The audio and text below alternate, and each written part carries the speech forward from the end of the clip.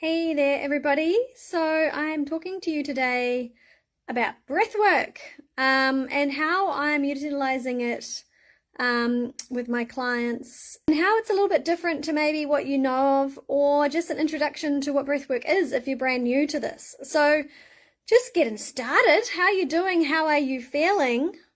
What have you been noticing in your body? What sensations, what feelings are you noticing? A big part of what I do these days is emotional healing work. It's been something I've done pretty much my whole naturopathic career.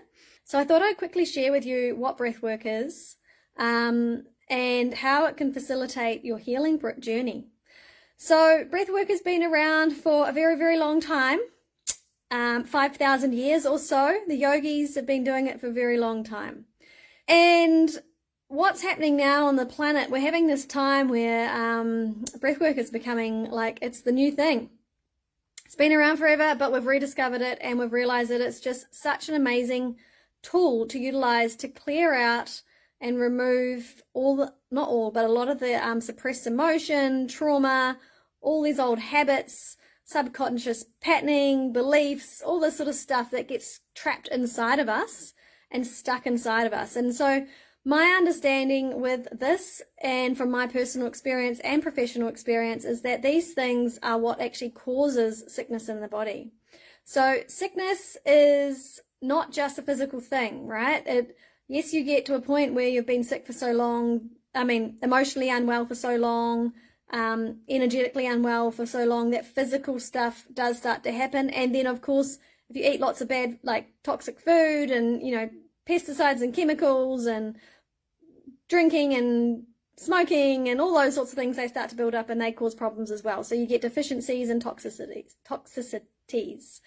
that contribute. So we've got those things, those are the physical things, and we've got the emotional things. And what underlies the emotional causes, or actually even the physical causes, often is the emotional stuff, because it's our belief systems, our programming, our behaviors and habits that actually create the healthy or not so healthy way of being, right? The stress levels, what we choose to eat, our binge eating or not binge eating, our drinking, our smoking, whatever our vices are, come from an emotional cause. So there's a lot in this emotional healing journey, unpacking it, and it can take a lifetime to work through this stuff. Many people never work through it because it's too hard, too scary, don't understand it, can't be bothered, etc. But they will be stuck with physical symptoms for the rest of their lives. Now, this is where breathwork comes in. For someone who is interested in accelerating their healing journey, and they're already in the process of inquiry, of emotional healing, doing all that sort of work, breathwork is amazing, right? What it does is it purges out a lot of this old just gunk, and it leaves you with a feeling more kind of like clean and clear and empty, and not necessarily empty in a bad way, but empty in a good way. So you just don't have all that emotional baggage holding you down. So it's really, really beneficial. It's the reason why I went and did the training recently, and I'm going to be integrating it into my work. I've already started, more and more as I go. That being said, breathwork is not a cure-all for all things. In life, we have all these fads, right? It was coconut oil a few years ago, and before that it was turmeric, and before that it was blah, blah, blah, right? So we have these fads that run through the health and wellness space. And remember with a fad that it has a purpose and it has a place. And the fad you'll read stuff that breathwork fixes all things, it's the cure-all for everything. That is not true. Nothing is a cure-all for everything ever. So what it is a technique and tool to utilize that is very, very effective and helpful. Yeah. But it will not fix everything. Just like, taking vitamins won't fix everything. Yeah. Just like eating a healthy diet won't fix everything. Just like dealing with all your emotional stuff won't fix everything. Yeah. So it's not a cure-all, but it is helpful. And so how I'm using it is I'm using it alongside of the work that I already do. So we do the diet. We do make sure you're eating right for your body type, yeah?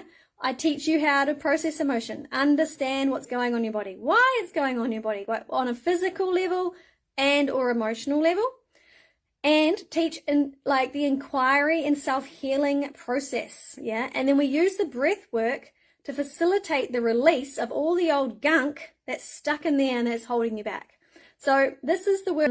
If you've got any questions about breath work, what it does or how it works, when not to do it, actually is a good one. I'll cover that off now. So for anyone who's had recent operations, osteoporosis, like very, very brittle bones, heart conditions are on, like got a pacemaker or anything like that, or you've got epilepsy or any major like schizophrenia, bipolar, those ones there, they're not recommended because it can, when you're in breath work, you can thrash around quite a bit.